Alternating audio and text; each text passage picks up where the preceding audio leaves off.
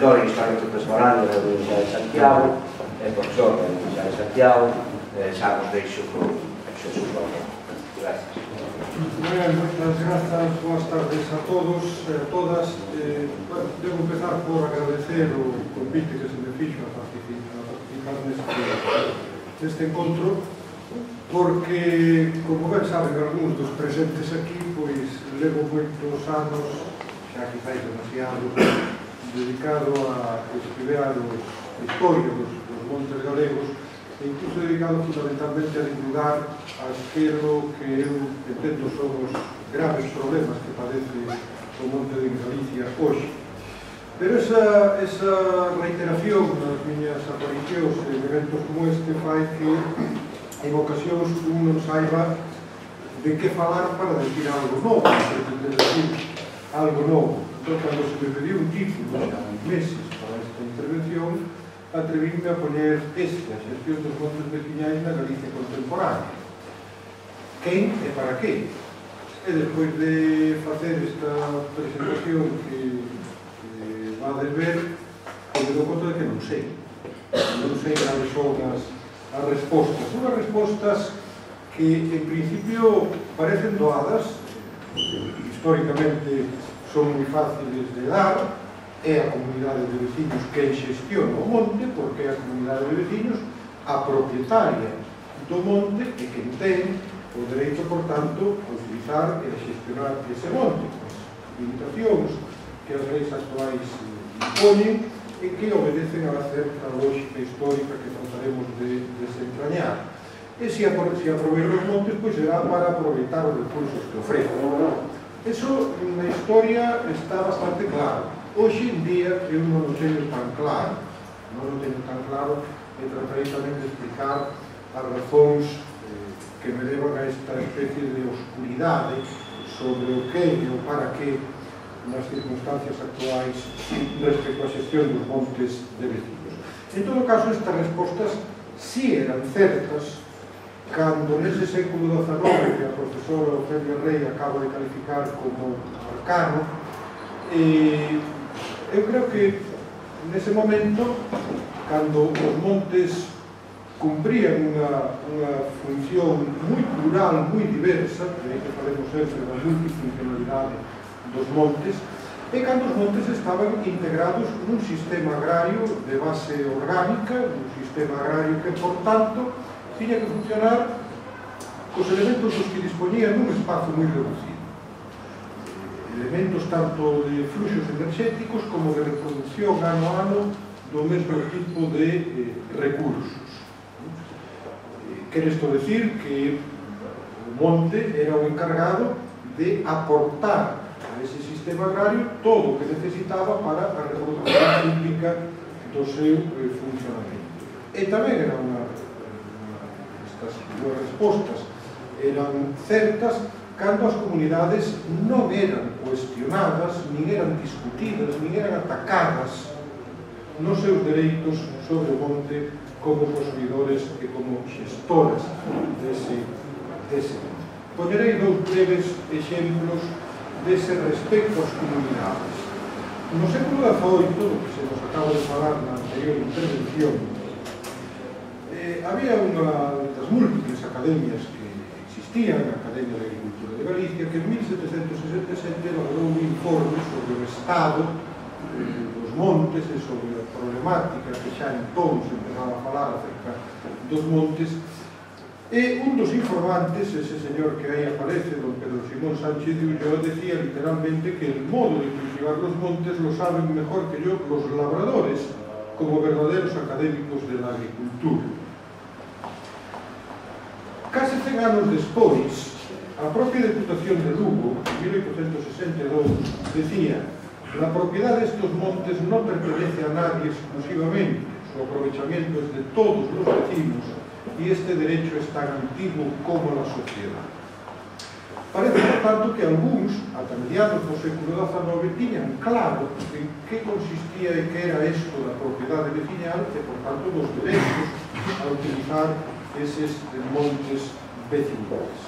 O que pasa é que, enlazando co que se nos dixo na intervención anterior, É certo que as cousas parecían estar máis claras antes, no século XVIII, XVII, XVI, do que van a estar a partir do século XIX. Creo que a profesora Ofelia Rey pronunciou a palabra galimatías para referirse ao que viría a partir do XIX e afirmou, ademais, que as reglas do xogo estaban bastante máis claras antes, no século XVIII e anteriores. E neso non lle falta razón. É certo, non había unha legislación tan prolífica como que veu despois sobre os régimes de propiedade, non estaban aparentemente tan claras as cuestións de carácter xurídico, pero todo o mundo sabía, porque ao longo dos séculos se foi construindo esa realidade, todo o mundo sabía cales eran as reglas de xogo. E as reglas de xogo empezan a cambiar no século XIX. Curiosamente, co pretexto de simplificar todo. É dicir, os liberais do século XIX consideraban galimatías aquilo que non entendían ou que non lles conviña do século XVIII e dos tempos pasados, do antigo réxime que acababa de ser líquido. Bueno, se nos centramos na xestión veciñal, a que nos referimos primeiro cando falamos da comunidade como xestora? Bueno, pois é sabido que se trata dunha comunidade de carácter xermánico, por tanto, todos os seus membros teñen os mesmos dereitos sobre o monte, pero non son dereitos de carácter persoal, nin de carácter individual, son dereitos vinculados á veciñanza, ao feito de ter lume, de ter fogar nun determinado lugar, nun determinado ámbito de poboación, que pode ser, como tamén se dixo, unha aldea, un lugar, unha parroquia, etc.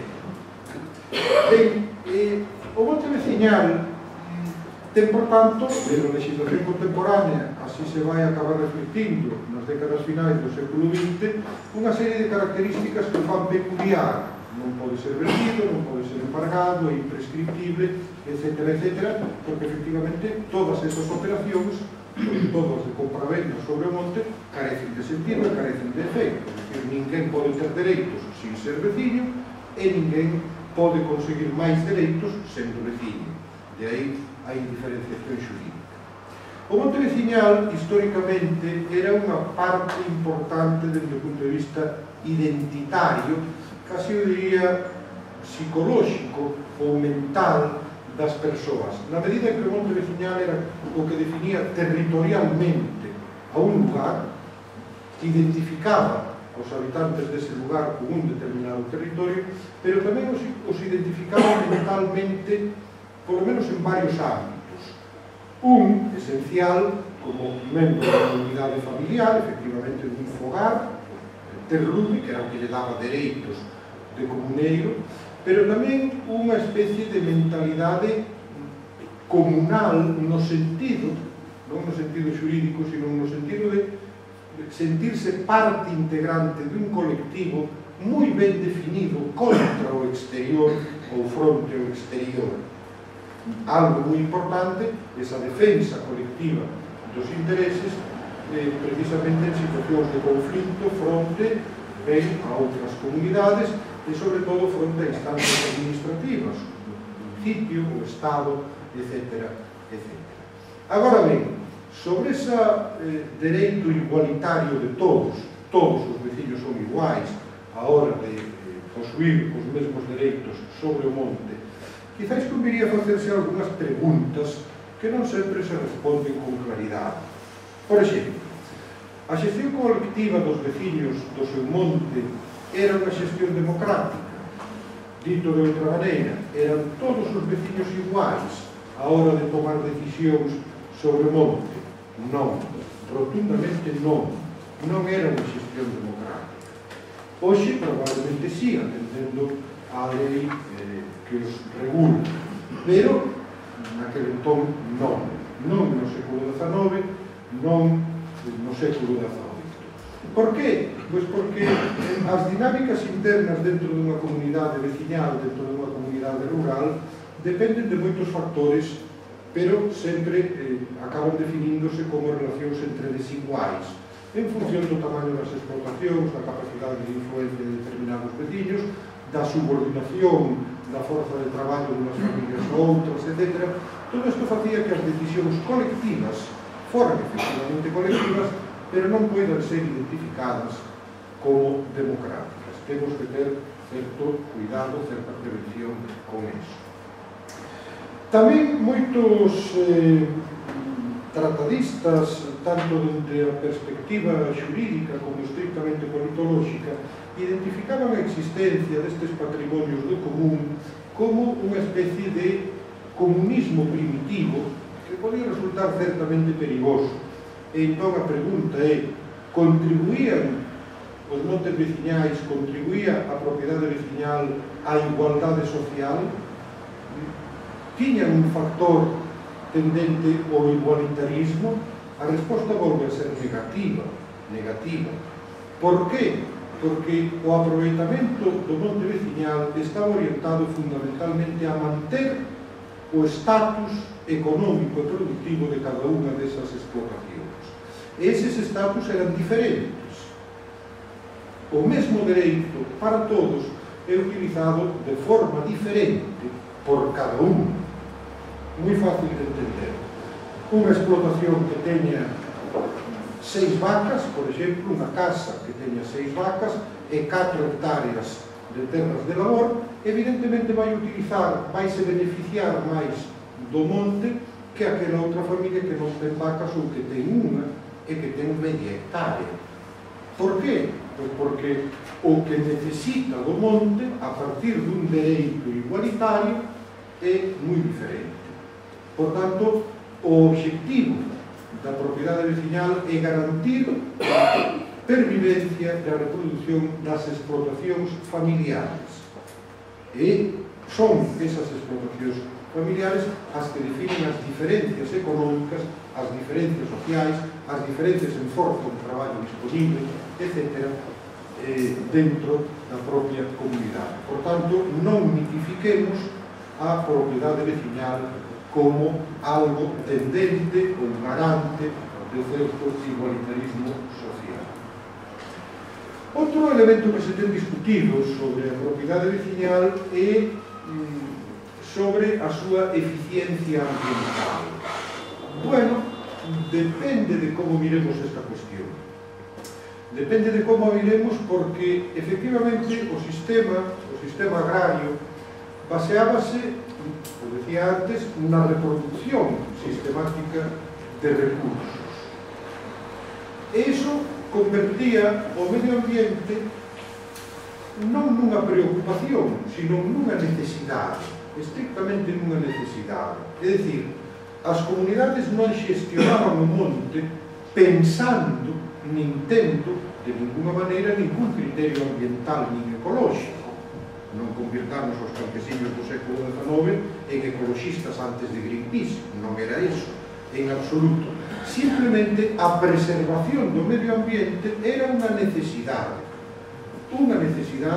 enerxética, unha necesidade ambiental, pero era sobre todo unha necesidade económica, algo que hoxe probablemente temos algo perdido de vista, a relación entre medio ambiente e economía. Un pensamento que vai gañando terreno, evidentemente, nestes tempos que corren, pero que aínda non está suficientemente consolidado. Para unha agricultura orgánica, para unha agricultura preindustrial, a preservación do medio ambiente é unha necesidade, non unha filosofía de vida, por así decir. Eficiencia económica. Bueno, tamén é discutible, depende do que entendamos por eficiencia económica. Referíndose á Edade Moderna, na anterior intervención se decía que boa parte da produción agraria, en la que se diferenciaba entre distintas zonas de Galicia, dependía da utilización do monte. Ben, eso é certo. E é certo que esa eficiencia se mantivo durante séculos, con etapas de máis presión demográfica e, por tanto, de máis requisitos productivos sobre o monte e sobre as terras de labor, pero con esas variacións puntuais se mantivo ao longo de séculos. Que ocorre?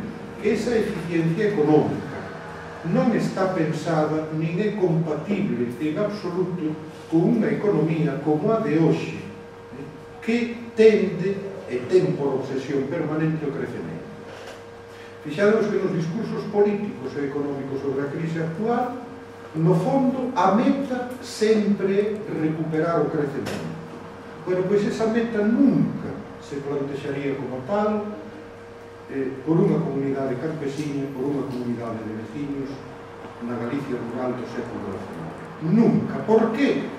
Porque o crecemento non formaba parte das súas expectativas. Nin o crecemento, nin o beneficio.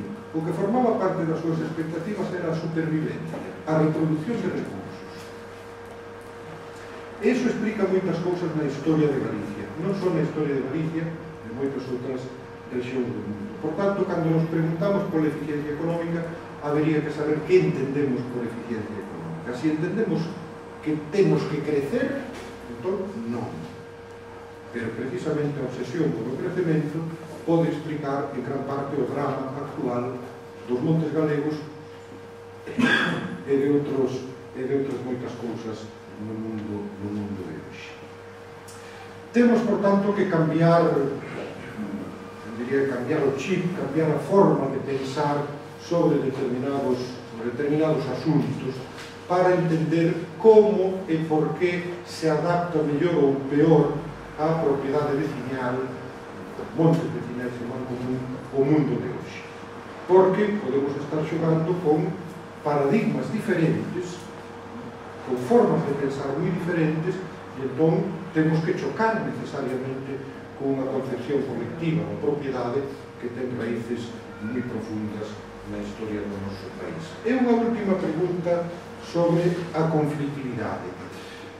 Bueno, efectivamente, aquilo non era unha Arcadia feliz. Xeron aí gráficos sobre os pleitos e a reducción dos pleitos entre os séculos XVI e XVIII. Bueno, pois XIX ainda máis. E no XX xa non digamos, que é un século conflictivo por natureza. E o XXI que non vai por moi bon camiño tampouco. Pero, en fin, as comunidades rurais non funcionaban como unha, eso lo acabo de decir, como unha Arcadia feliz, nin moito menos. A conflictividade era un elemento, eu diría, recurrente na búsqueda de solucións a diferentes tipos de problemas. Problemas internos dentro da comunidade, problemas entre comunidades limítrofes, problemas entre comunidade e instancias administrativas, etc. E disto falaremos tamén antes. Por tanto, máis que precisar cousas sobre que é a propiedade veciñal, que todos, máis ou menos, podemos saber o que me interesa a partir destes presupostos, destas preguntas e destas respostas, para que podamos entender de que estamos falando. Estamos falando, entre outras cousas, dun monte absolutamente integrado no sistema agrario. Un monte que Abel Buller, que xa foi mencionado aquí tamén, definiu moi atinadamente, en expresión hoxe xa clásica, como soporte do sistema agrario. A agricultura non podía funcionar sen monte. Por qué? Pois porque a cabana gandeira, por exemplo, dependía prácticamente na súa totalidade do alimento que lle proporcionaba o propio monte.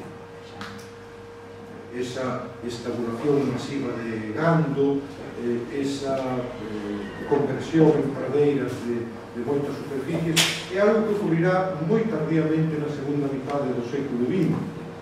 A alimentación do gando, neste sistema orgánico e tradicional, dependía casi exclusivamente do monte.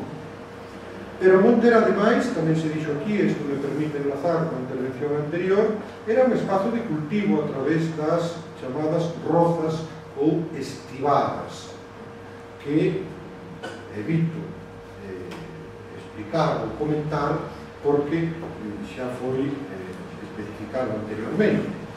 Lume, hai que prenderlle lume, e hai que prenderlle lume en moitas partes de Galicia a todo o monte cada certo tempo, é dicir, a un anaco de monte cada determinado número de anos, pero todos os anos já hai que prender lume a unha parte. Todos os anos hai que queimar monte. Para qué? Para obter unha colleita ou dúas, tres xa me parece un pouco excesivo, e recomenzar un ciclo productivo de novo. Fixémonos, aquí está, segundo un mapa tamén de Abel Buller, as áreas representadas, as áreas nas que se practicaba a estivada en 1752, ano en que se fai o famoso catastro do Marqués de la Ensenada. As zonas máis oscuras, máis grises, son as que con maior intensidade practican este sistema de cultivo do monte, no fondo de eso se trata. Pero se avanzamos 200 anos, en 1960 ainda ocurre isto. As áreas nas que se practica estivada, con certa exageración tamén, como ben comentaba a profesora Ofelia Rey, porque Buller traballa sobre plantillas municipais, pero ainda en 1960 a utilización do lume como forma de cultivo e sobre todo como elemento que permite o reinicio do ciclo productivo estaba, como vemos, moi en vigor, moi en vigor. De aí que moitos erróneamente pretendan adjudicarnos aos galegos unha especie de cultura do lume que nos convirte prácticamente a todos en pirómanos potenciais. Non ten nada que ver con piromanía. É un sistema de cultivo efectivo, un sistema de cultivo que permitiu a supervivencia da Galicia rural durante centos de anos.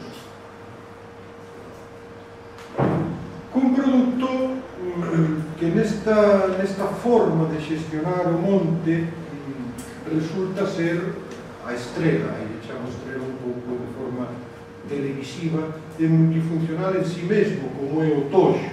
O toxo que sirve para moitas cousas, para pasto, etapas primeiras do seu crecemento, sobre todo para cabras, ovellas, cabalos, pero tamén para vacas, como alimento esmagado.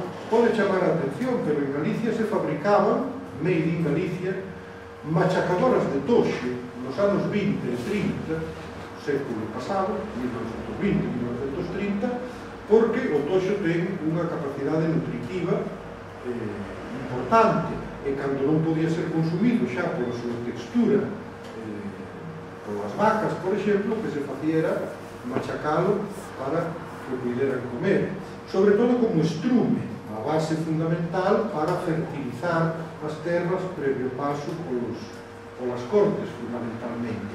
E, finalmente, nas súas últimas etapas do ciclo vital, do ciclo biolóxico do toxo, como leña, é un excelente combustible, e, ademais, obxecto, sobre todo desde a segunda mitad do século XIX, dun activo comercio, o cual le otorgaba tamén un valor minerario, un valor monetario importante.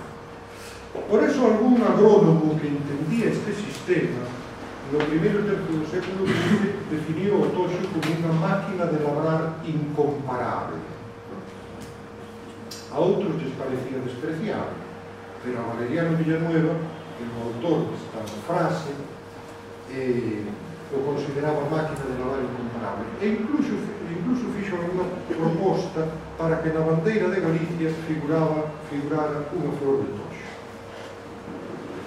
De aí que ese valor, todos eses valores e esas funcións do toxo, explica que incluso se estendese a parcelas individuais como especie cultivada. Vemos algunhas tenzas, aquí se ven, con cultivo de toxo.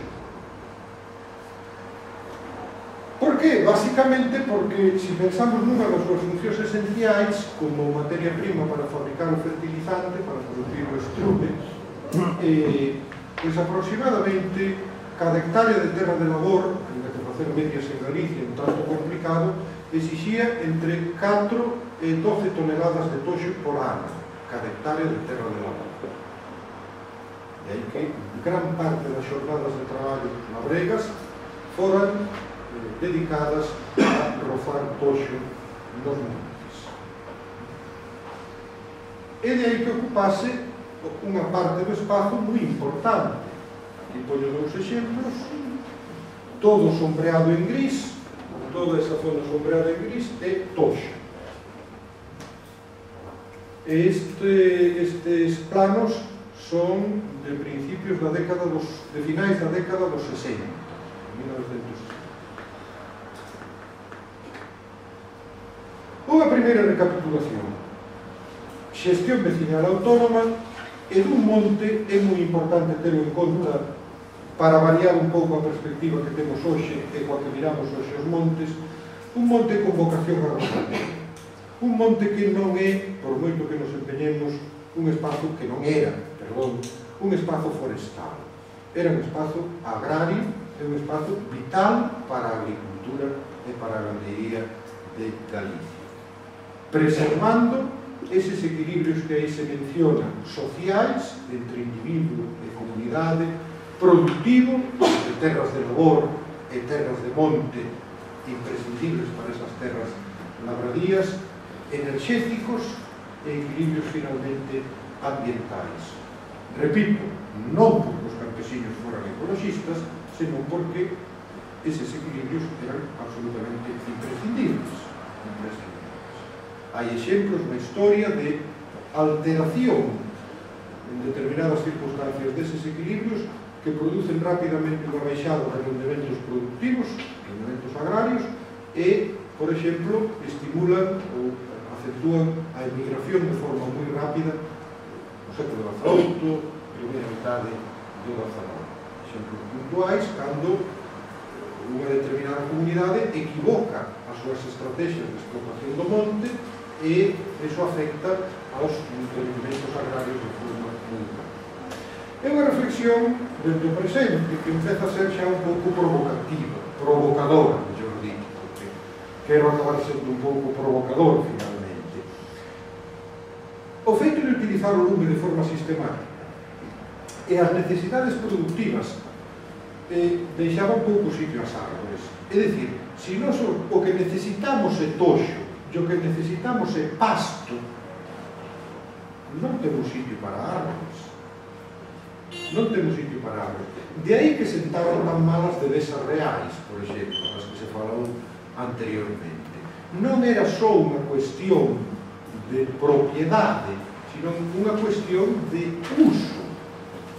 Porque as devesas reais tiñan un elemento de exclusión do campesiñado, ou menos de limitación moi forte da utilización que se podía facer desas devesas reais. Por tanto, non pensei, hasta agora, nun monte forestal, nun monte arboral. Isto me leva a unha primeira ou segunda reflexión tamén provocadora. Por que nos gustan tanto as árbores? Agora. Eu, de verdade, que creo que en Galicia hai demasiadas, sobran.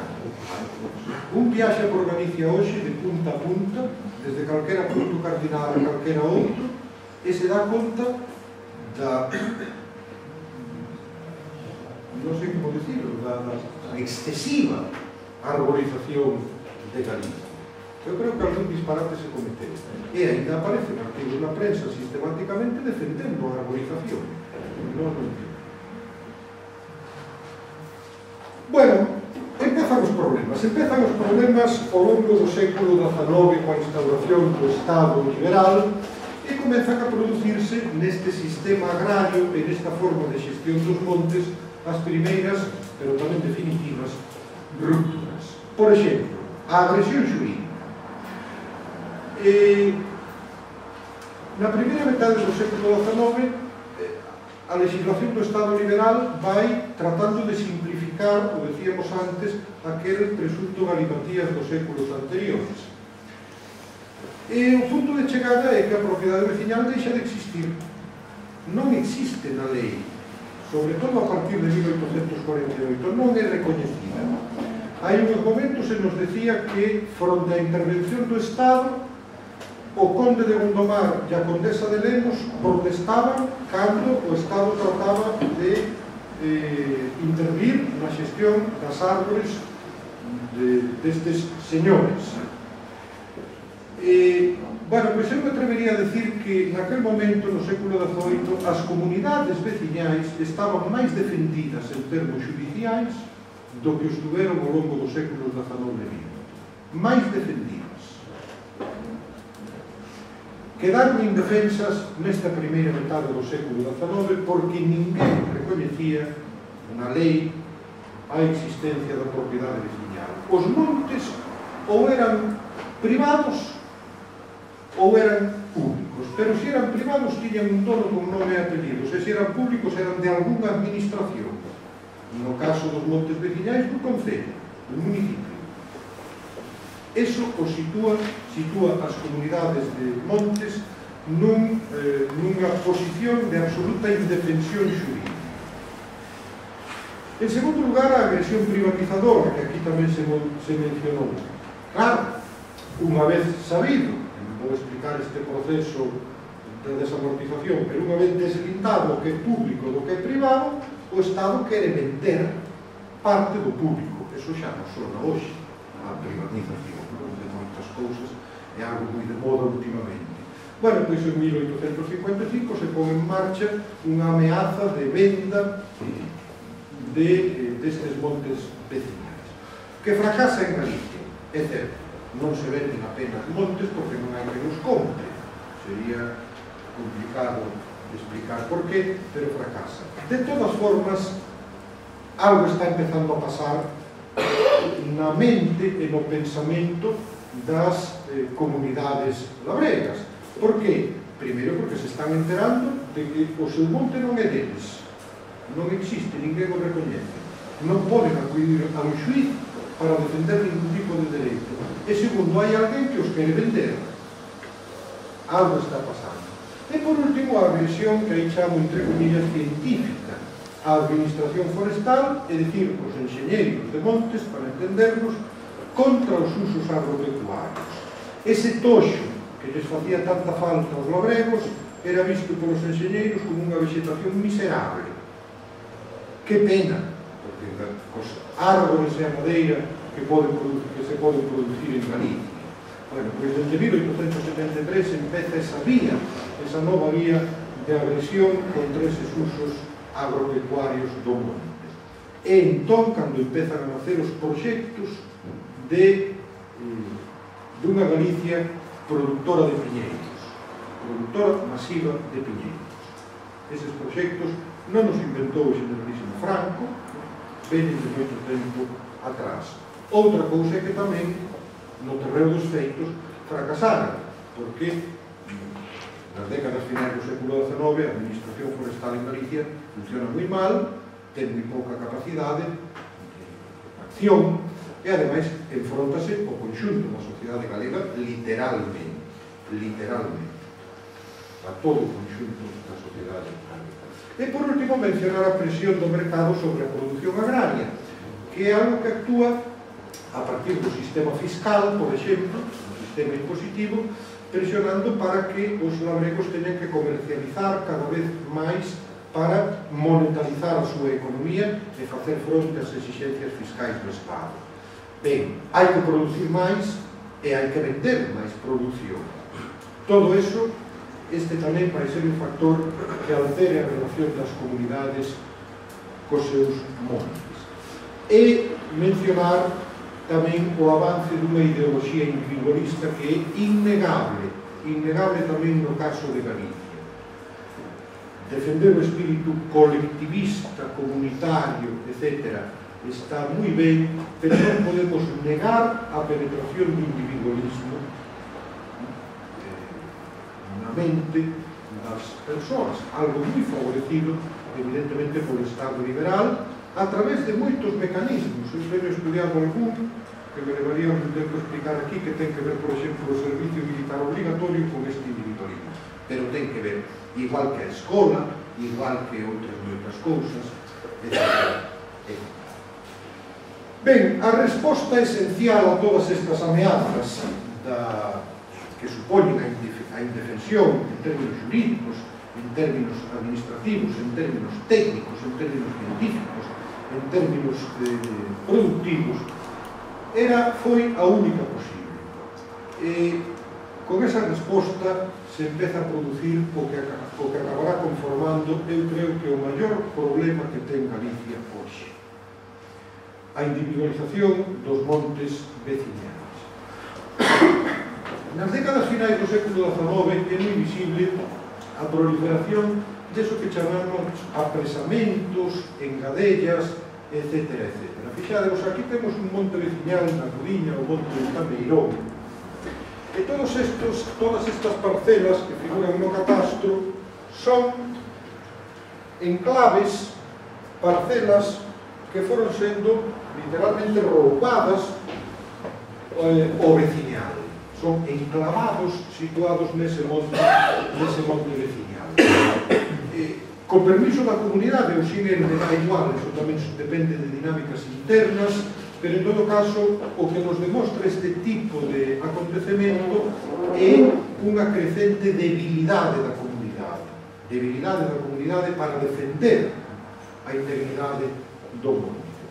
Por eso, en moitas ocasións, o punto final foi a generalización dos repartos de montes que afectaron a máis de 1.300.000 hectáreas e que supuxeron a desaparición, literalmente, de miles de comunidades de montes en Galicia.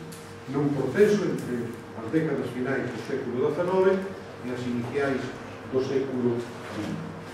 Fixémonos en que Galicia ten, a superficie de Galicia, 3 millóns de hectáreas. Casi a metade desapareceu, casi a metade desa superficie foi fragmentada por esta vía. Unha vía que era a única posible porque se trataba de defender os usos campesinos fronte ás amenazas externas. É dicir, curiosamente, a única forma de garantir o mantemento dos usos dos dereitos campesinos era liquidar a comunidade. Por qué? Porque a propiedade individual resultante sí estaba garantida e defendida por a lei. A propiedade veciñal non. Por tanto, para garantir o noso dereito, temos que desfacer, temos que liquidar a comunidade. Con resultados como este. Aquí hai parcelas que xa, se nos fixamos ben, é prácticamente imposible collerlles o número nos planos catastrais. Dun tamaño, logo faremos referencia a eles, a eses tamaños, dun tamaño extraordinariamente cativo, extraordinariamente pequeno. Outro exemplo, na Golada. Eu aseguro, o digo sempre por algún tipo de plano como este, eu aseguro que calquera que entre na oficina virtual do catastro, non fai falta identificación, ni certificado, nin nada, concello de non sei onde, polígono 12, parcela 56. Ben, se o terceiro intento non lle sai algo parecido a isto, que lle pitou a caña. Isto é o que vamos dar con calquera búsqueda que fagamos no catastro na Galicia, sobre todo na Galicia interior. Ese grau de fragmentación parcelaria é tan elevado, foi tan elevado, que hoxe é o maior problema na ordenación do rural galego. Hai 1,5 millón de hectáreas absolutamente hiperfragmentadas, absolutamente esnaquizadas, que non hai maneira de gestionar. Por suposto, xa non é monte veciñado, desde hai 70 anos, desde hai 100 ou desde hai 130, xa non é monte veciñado. Son o maior problema. Fixémonos que o monte veciñal ocupa hoxe o 32% da superficie do monte, o total dos montes. O 66%, a maior parte dese 66% procede dese proceso de esnaquización do monte. Con datos como estes. Mentras a superficie media dos montes veciñais a día de hoxe é de 235 hectáreas, é unha superficie moi razonable, moi adecuada para unha xestión forestal, agrogandeira, combinada, cicloturística, como queiramos. Son dimensións moi respetables e moi adecuadas para unha explotación racional. A superficie media das parcelas particulares é de 0,22 hectáreas. En Galicia hai 672.000 propietarios forestais. Todos temos un cacho de monte en algún lado. E o que non é porque non o teña, é porque non sabe que o ten. Como a mí. Bueno, sei que o teño, pero non sei onde. Son incapaz de identificar a parcela concreta. Cunha media de 8 parcelas cada un deses propietarios. Multiplicamos o número de parcelas por número de propietarios e nos salen máis de 5 millóns de parcelas. Un puro disparate. Quen foi culpable dese disparate? Bueno, evidentemente non as comunidades, que cando partiron ca racionalidade que tiñan que utilizar. Porque o que trataban era de seguir utilizando os montes como sempre o fixeran. E, por tanto, partir un monte de 400 hectáreas entre 20 non se fai unha parcela de 20 hectáreas para cada un. Non. Hai que partir o monte en función das diversas potencialidades productivas, máis ou menos auga, máis ou menos penedo, máis ou menos pasto, máis ou menos toxo, albugar, etc, etc. De aí que ao final partir un monte entre 20 veciños foi facer 300 parcelas. Pero era razonable. Cando non é razonable, é hoxe. Pero así. Naquel momento era non só razonable, senón necesario. E os montes veciñais que sobreviviron a esas agresións e que, porque actuaron menos as presións do mercado, do Estado, etc, etc, por que fora, caeron en 1941, caeron a partir da posta en marcha do patrimonio forestal do Estado e a súa repoboación, a urbanización masiva por unha vía moi coercitiva nun Estado dictatorial que foi o único que tivo a capacidade de facer. Nas 5 ou 6 décadas anteriores, moitos enxeñeiros soñaron con facelo. Bueno, puideron facelo a partir de 1940. Fixémonos cos consorcios que son maioritariamente feitos con concellos presuntamente titulares dos montes. Foron 333.000 hectáreas, bastante máis da metade dos montes veciñais que non eran recoñecidos como tales. Pero, en total, 825.000 hectáreas repoboadas entre 1940 e 1986. Certo que a iniciativa privada tivo moito que ver, e máis, a maior parte da repoboación foi de iniciativa privada. Durante a ditadura franquista non podemos falar, por tanto, de ninguna xestión veciñal. Podemos falar, pero non é o caso, Alfredo xa o mencionou antes na súa intervención, podemos falar de resistencia veciñal e de organización veciñal, pero lamentablemente non podemos falar de xestión veciñal durante esa dictadura. En xeral, o que significou esa dictadura foi o triunfo dunha opción arborizadora pouco racional que mudou a paisaxe, que acabou segregando o monte do complexo agrario, convertindo nun espazo alleo, moitas veces nun espazo hostil a esa sociedade rural que nos séculos pasados tanto cuidaba e tanto traballaba o monte. Agora non só non era deles, senón que non lle servía para nada.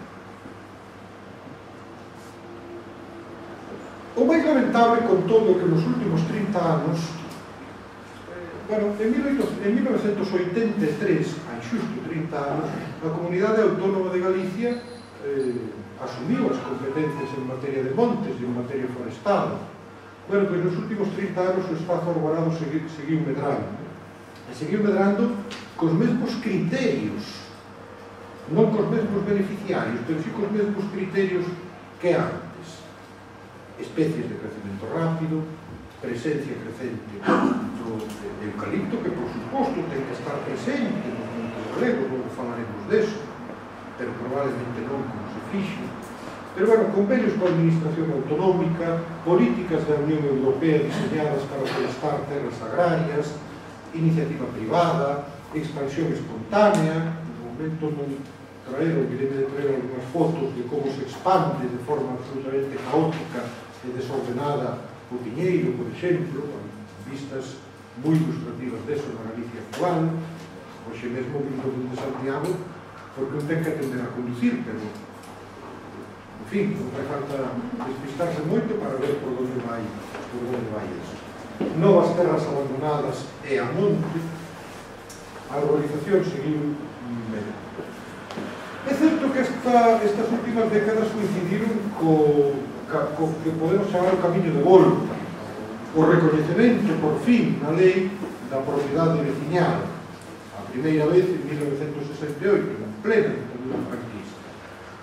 Non por virtude da ditadura, a lei obedece a unha serie de circunstancias que tamén sería complexo explicar en un minuto, pero o certo é que desde 1968 os veciños empezan a ser recoñecidos como propietarios dos montes e o proceso de clasificación de montes veciñais ata as 3.000 comunidades que temos hoxe aproximadamente en 673.000 hectáreas avanza moito desde finais dos anos 70, de inicio da transición política, para entendernos.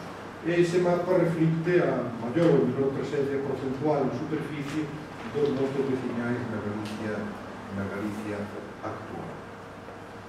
Agora ben, eses montes que se devolven os seus legítimos donos, as comunidades, non son os mesmos montes. Non son os mesmos montes porque ou están cheos de piñeiros de 1977, 78, 80, ou están semi-abandonados ou abandonados ou mal aproveitados porque o sistema agrario tamén cambiaba. Tampouco son os mesmos os veciños.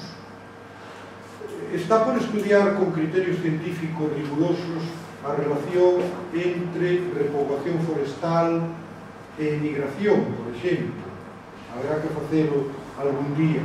Pero os veciños que reciben estes montes, os que lles son devoltos, son veciños vellos, son veciños, son comunidades con pouca forza de traballo, con pouca capacidade de iniciativa, con ganas de cobrar a pensión definitiva en 1980, máis que outra cousa.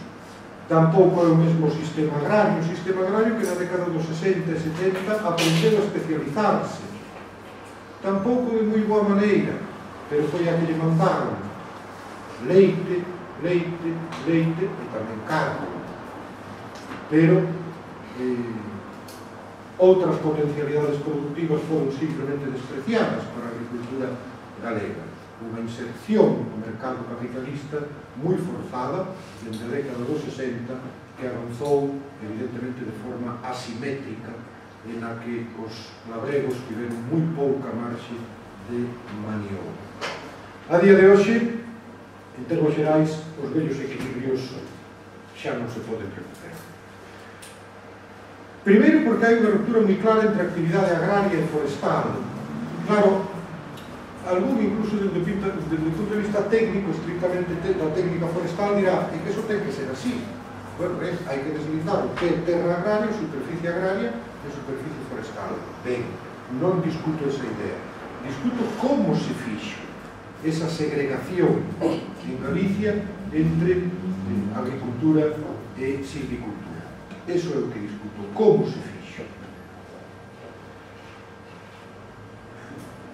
E se fixo a partir dun divorcio evidente entre as explotacións agrarias e o monte. Un divorcio moi evidente. É dicir, os campesiños, a eses labregos que foron capaces de especializar a súa produción, ninguén lles deu nunca a oportunidade de ser silvicultores, de aprender a traballar os montes non para producir toxo, por exemplo, senón para producir árboles. Pero eles foron capaces de facer moitas cousas, pero non se lles deixou de facer eso. Por qué? Porque durante os anos da dictadura o que se foi montando foi un entramado mercantil beneficiario desa usurpación e que sigue sendo beneficiario a día de hoxe da situación actual. A pregunta xa a fixen, por que non se permitiu que os labregos fosen silvicultores? E a día de hoxe poden as comunidades de monte ser eficientes en termos económicos, sociais e ambientais. Hai 25, 26 anos que eu empecé a estudiar esta cuestión. Era optimista, pensaba que no futuro mesmo podería haber cambios importantes. Ora, pois, 25 anos despois, tendo cada vez máis o pesimismo. Non porque as comunidades de montes sexan incapaces ou estean afectadas de taras que teñan que ver con certa nostalgia histórica, non, ni moito menos, sino porque a situación actual é tan complexa que é moi difícil maniobrar en términos económicos os montes, moi difícil equilibrar ese ámbito económico co ambiental, é moi difícil rearticular algo totalmente desarticulado nas décadas anteriores como é a sociedade rural. As comunidades de montes probablemente fan o que poden, pero me temo que poden pouco. Hai de todo, estou generalizando, pero poden pouco. Para ir rematando, a Comunidade Autónoma de Galicia nos últimos 30 anos, como dixen, competencias en materia de montes, asumidas plenamente. Ben, pois eu confiaba en que de aquí, confiaba naquel momento, poucos anos despois, en que algo se podería facer cando os montes galegos se gestionaran desde Galicia. 30 anos despois observo unha ausencia absoluta de promoción de políticas transformadoras. Ninguna significativa, polo menos. Observo un mantemento das prioridades productivistas que foron definidas, por certo, na década dos 40, en plena opción política autárquica do réxime franquista. Son as mesmas prioridades productivas definidas dende o poder político. Un poder político o que o esencial lle sigue parecendo ano a ano a prevención e a extinción de incendios. Como en prevención se fai moi pouco, hai que facelo todo en extinción. Somos magníficos extintores, pero non somos nada máis respecto do monte. E a min os incendios é un asunto, xa o digo, que me trae sin cuidado. O monte arde porque ten que arder. E cando apagamos, moitas veces facemos mal. Coa metade da superficie de Galicia hiperparcelada, que papel deberían cumprir os montes veciñais? Eso é o que non sei. Sempre se fala da súa potencialidade para servir de motor, de exemplo, etc. Hai exemplos, pero o ritmo de creación deses exemplos teríamos que agardar séculos para ver unha transformación real. E para que esa transformación nos montes veciñais se pudera contaxiar a ese monte minifundizado. A este respecto son pesimistas. E para rematar, agora sí, Galicia é un país que se permite o que hai seguir, maltratar 2/3 partes do seu territorio. Ese é o monte que temos. Decía Ofelia que temos moitísima documentación sobre os montes, os historiadores. Claro que temos moitos montes, moita superficie de montes. E o problema é que non sabemos que facer con eles. Non sabemos que facer. Ese maltrato, esa ausencia de xestión de 2/3 do territorio dun país, eso só pode significar dúas cousas. Ou incapacidade terceirmundista, ou somos imbéciles e non sabemos que facer cos montes, ou é que nos sobra. Somos ricos e, por tanto, sobra-nos o monte. O monte ten unha potencialidade en Galicia absolutamente decisiva para o futuro do país. Pero eso o din desde o PP, desde o PSOE, os técnicos, os historiadores, os nostálxicos, os comuneiros e todo o mundo. E dá igual o que se diga. Pero unha de dúas, ou non sabemos ou non queremos. Ou creo que falta unha mellor que falte. Unha última diapositiva que decía cousas peores que esa. Non sei, supoño que Alfredo, por onde andas? Tomaríamos mal, pero, mira, cada vez que paso o tempo son menos optimista respecto a isto. Unha das cousas que vai, agora se que termino xa fora da charla, en plan coloquial para animarvos a preguntar. Unha das cousas que máis me descolocou do meu optimismo que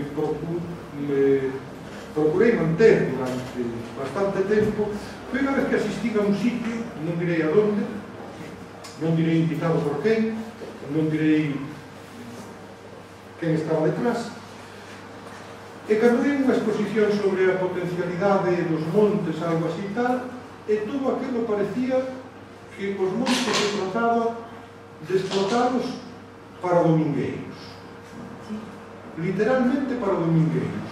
Mirad que bonito a 2 kilómetros un petroglifo, mirad un viejo molino allá, acercaos a ver esta... Eu quedei impresionado, porque efectivamente eso tamén cabe nos montes galegos, tamén o hai, moito ademais, che bon que o haxa, e tamén é bon que haxa eucaliptos, e tamén é bon que haxa pinos, e tamén é bon que nos preocupemos cando vamos a fragas do Eume ou Monte Pino. Pero tenemos que facer moito máis. E a mí me dá a impresión de que ao final o problema é simplemente un. Os ritmos políticos non casan nunca cos ritmos forestais. Imposible. Imposible, me parece. E por eso estou tan pesimista. Nada máis e moitas gracias.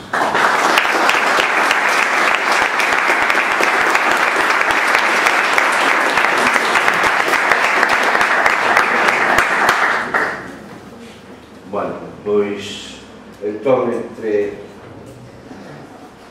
o pesimismo e a provocación de Xesús Balboa, pois, non temos moito tempo, pero creo que algún sí que podemos dedicar a que preguntedes, interpeledes ou fagades algún tipo de suxestión. Non temos moito, pediríamos que fixésemos a petición de palabra agora todos xuntos. Hai 2 persoas, alguén máis? 3. Bueno, facer esas preguntas todas seguidas, facer esas preguntas todas seguidas e eu respondo tamén despois pola orden de intervención. Alfredo. Bueno, primeiro que decir a Balboa agradecer as exposicións porque sabe disso muchas veces, digo outra vez, a versión que representa o meme da filosofía da teoría sobre o monte, evidentemente non todo estudo a veces o pesimismo Alfredo, por favor, ponte de pé. Eu o pesimismo digo que hai falta unha pata e a pata é a política de montes necesaria, non a política forestal, porque creo que o PP é política forestal, pero o monte é política de montes e esa a pata que vos de menos seguramente non era a charla deste tema e, bueno, esa política de montes es un cambio estructural, non se va a conseguir a corto plazo, sino a medio longo, pero bueno, non estamos falando de utopías.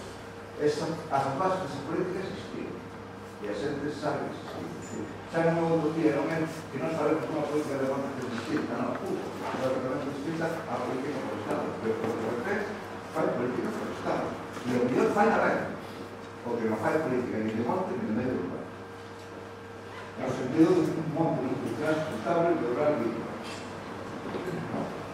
Atrás. Sí, ¿qué motivo tuvo Franco para reconocer a la sociedad vecinal? Sí, bueno, claro, eso de que os ritmos políticos non coinciden cos do monte nin con ningún tipo de planificación a medio plazo, claro. Entonces, con esa filosofía e simplemente con políticas cortoplacistas que tens que facer cousas que rentabilices en 4 anos de legislatura, pois ninguén faría absolutamente nada. Pero realmente eu coido que, non todos os partidos políticos pensan igual, non hai que se arrisca a facer políticas de medio plazo, aunque logo non den tempo a rentabilizadas, claro, que ese é o problema, porque unha gran parte está tamén na propia sociedade que mira máis se se plantan flores en un concello que se fai unha planificación a medio plazo para cambiar unha cidade, non? E, sin embargo, é moito máis importante facer a planificación a medio plazo que as flores. O que habrá será que tamén conseguir, a través da educación e de outra serie de sistemas, que a sociedade empece a entender que o medio plazo é moito máis importante que o corto plazo. O corto plazo tamén se poden facer cousas. E isto vale para todo, non só para a política forestal, claro. Iso é a minha visión, que non é tan pesimista.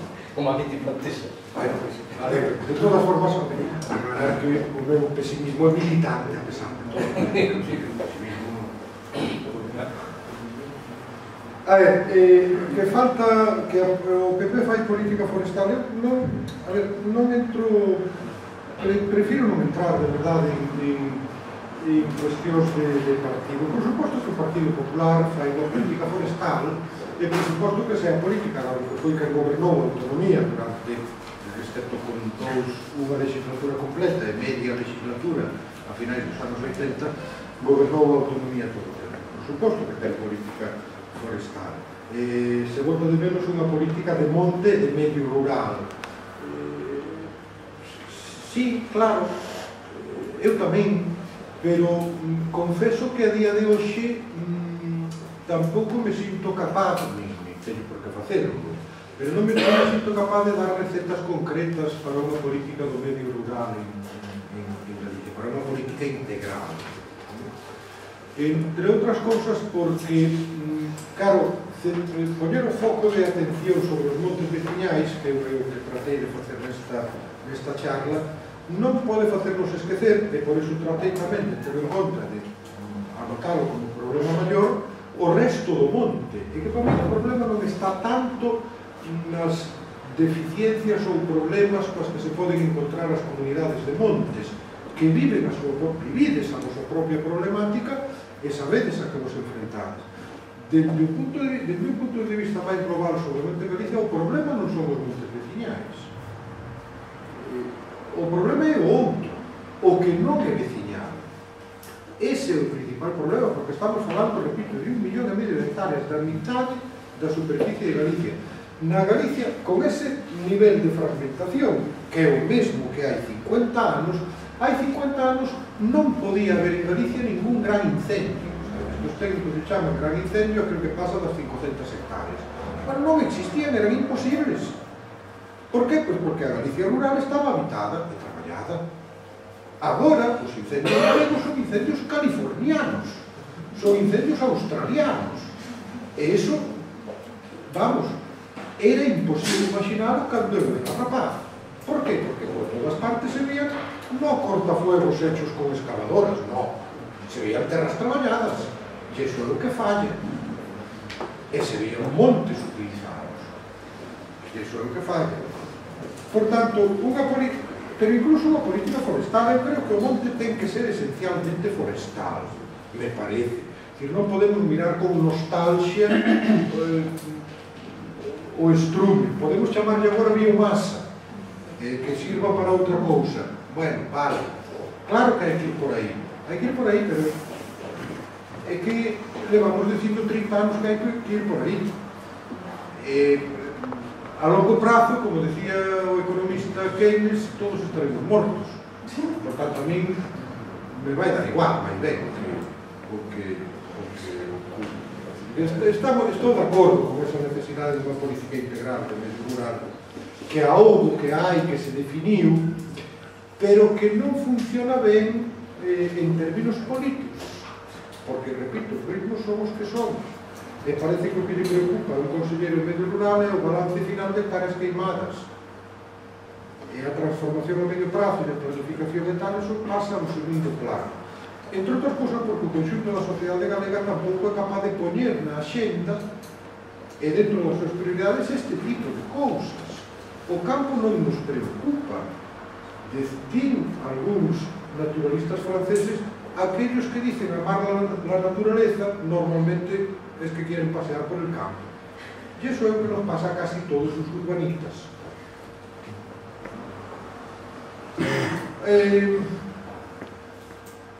A lei de 1968, por que o réxime franquista? Claro, esa era a pregunta que eu non quería contestar.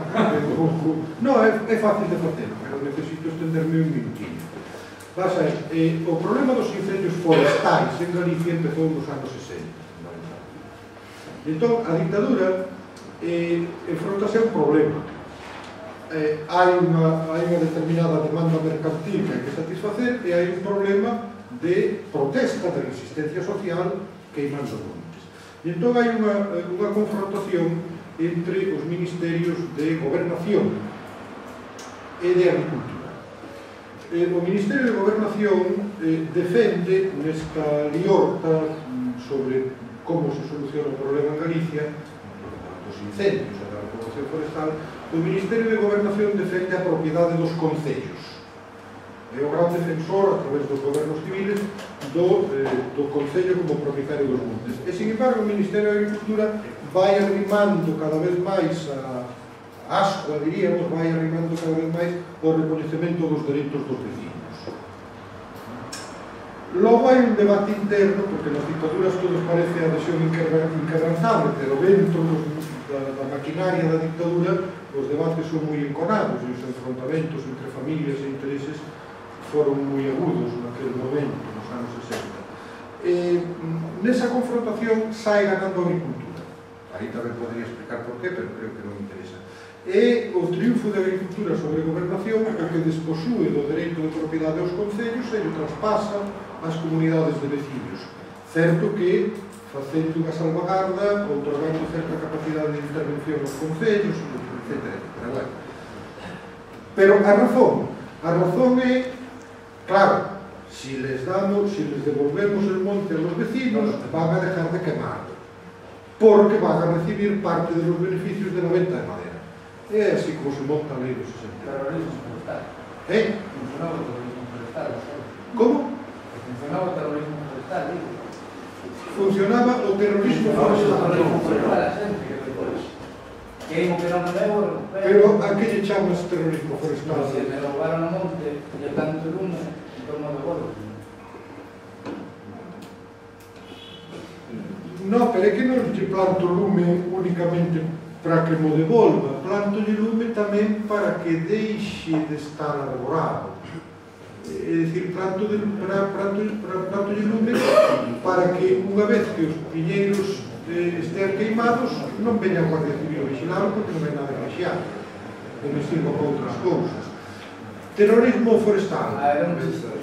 Eu creo que non, pero creo que non lle podemos chamar terrorismo. En todo caso, a palabra, na dictadura franquista houve máis terrorismo de Estado que terrorismo de goberno.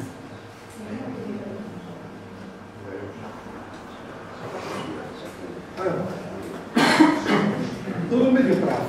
Vamos a ver, eu como historiador, despois de estudiar os montes galegos, tratei de estudiar tamén ao mesmo tempo estudios comparativos de historia forestal de outros países como Alemania, como Suecia, como Francia, como Italia do Norte, sobre todo, algún país do Oeste, etc. E me di conta de unha cousa que ainda a día de hoxe sobre a que teño que reflexionar máis porque non o teño claro. Me di conta de que os grandes cambios en materia forestal e en materia de xestión do territorio, de xestión sobre todo do territorio rural, eses grandes cambios só foron posibles en réximes políticos non democráticos, en réximes políticos que non dependen dun referendo electoral cada certo tempo. Claro, a pregunta é que entón temos que recurrir a alguna especie de despotismo ou de autoritarismo para cambiar as cousas? Non estou dicindo eso. Ollo, simplemente estou facendo unha constatación histórica. Foron réximes autoritarios, predemocráticos ou autoritarios do século XX os que foron capaces de cambiar as cousas. O cal eu, insisto, non estou defendendo ese tipo de réximes. Insisto dicindo que foi así. É certo que moitos destes estados, por exemplo, a Francia foi intervencionista en materia forestal do absolutismo do século XVI ou XVIII. Ben, é aí onde cambia a política forestal, onde se crean os grandes bosques franceses, etc. Que pasa? Que logo o réxime democrático, o réxime liberal primeiro e democrático despois francés, é capaz de conservar ou de recrear un consenso político e social en torno a ese tipo de política. E é capaz de definir prioridades. Claro, o problema é que en Galicia e en España a construcción dese tipo de consensos políticos non ten precedentes. Non os ten, nin en materia educativa, nin en materia religiosa, nin en materia lingüística. E entón, claro, non o vexo. É dicir, eu non vexo posibilidades reais. E sobre todo porque no caso de Galicia hai algo que funciona excelentemente ben. Excelentemente ben, que é o mercado. O mercado de madeira de Galicia, que como é fácil de definir, consiste na relación entre unha demanda moi concentrada, moi oligopólica, centrada en determinados produtos para determinadas madeiras, para determinadas cousas, para determinados procesos de transformación, enfrontase ou xoga esa demanda oligopólica, ten enfrente unha oferta atomizada, unha oferta moi fragmentada. Ese mercado funciona extraordinariamente ben. Por qué? Porque pola parte da demanda, pola parte de quen compra a madeira, a vista está. Para ese polo da relación mercantil, os incendios non son ningún problema. Absolutamente ningún. Ningún. E desde o punto de vista da oferta, como esa oferta está tan atomizada, tan fragmentada, e como ademais é unha oferta que chega a ter un produto, unha materia prima, que é el tronco del árbol, sin ningún tipo de investimento, tamén lle dá igual. Xa sei que estou dicindo que técnicos e economistas poderían discutir isto, seguramente o discutirán nestes días, espero que sí. Pero a mí me chama a atención que o mercado establecido así, entre estes dous polos, tan asimétricos, por certo, tan desequilibrados, por certo, non sufra absolutamente nada por culpa dos incendios. Pero o mercado funciona perfectamente. Non direi gracias aos incendios, non me atrevo a decirlo, pero funciona perfectamente con incendios ou sin incendios. Lle dá igual, é un factor que non ten por que ser en conta. Por iso eu sempre me pregunto, bueno, por que nos parecen tan importantes os incendios e tan graves? Que vai dar?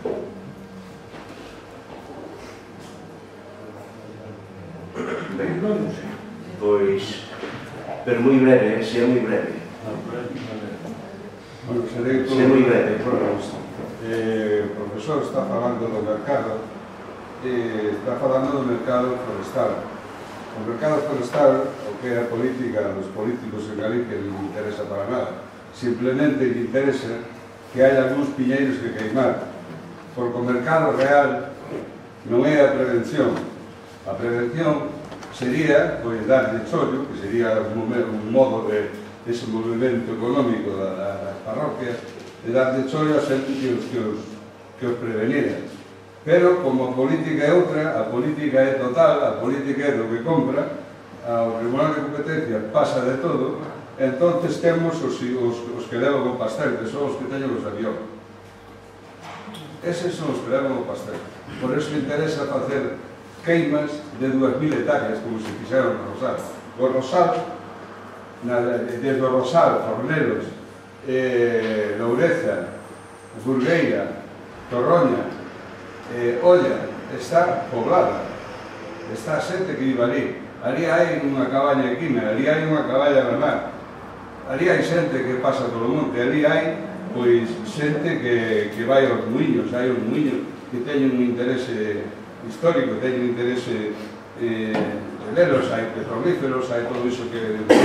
Entonces, aquí o gran problema é que a xente que goberna está orientando todo hacia a economía, pero daquelas xentes que son pudientes. Non está pensando nas políticas forestales. A política forestal, se non las deixaran as comunidades de monte, sabríamos que facer co monte. Sabríamos que facer co monte, en principio, limpiar e cuidado. Me dá igual que teña rochas como que teña piñeiro, me dá exactamente igual. Porque cantidad de veces non vai ao bolsillo. E non nos estamos a queixar por eso. Estamos a queixar de que non lo intenten usurpar, outra vez, de alguna maneira. Entonces, cando intentamos entrar participar nun borrador dunha lei de montes, se nos reunea ou non nos dan entrada. E ao final, despois dun traballo de estar organizados, de ter uns congresos, de ter unhas asambleas, de todo iso, e as comunidades de montes están de acordo en todo iso. Despois de todo iso, nos pasan por encima e fan o que lle parece, aproban 4 cousas que non son nada.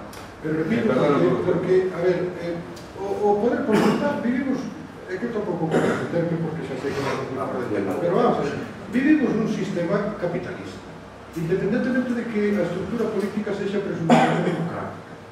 E iso é o que temos que asumir.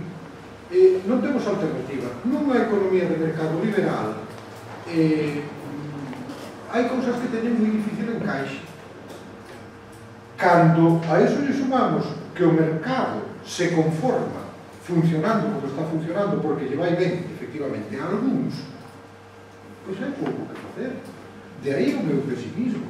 Se eu xa sei que, por eso decía, o futuro non depende de que as comunidades de monte sexan capaces, teñan ganas, saiban facer as cousas e determinar. Claro que sí, moitas delas sí. O que pasa é que o contexto político, económico, mercantil, cultural é hostil a esas comunidades de montes. Punto. E dejémonos de poesías. Bueno, agradecerle de novo ao profesor Malcá a súa presencia.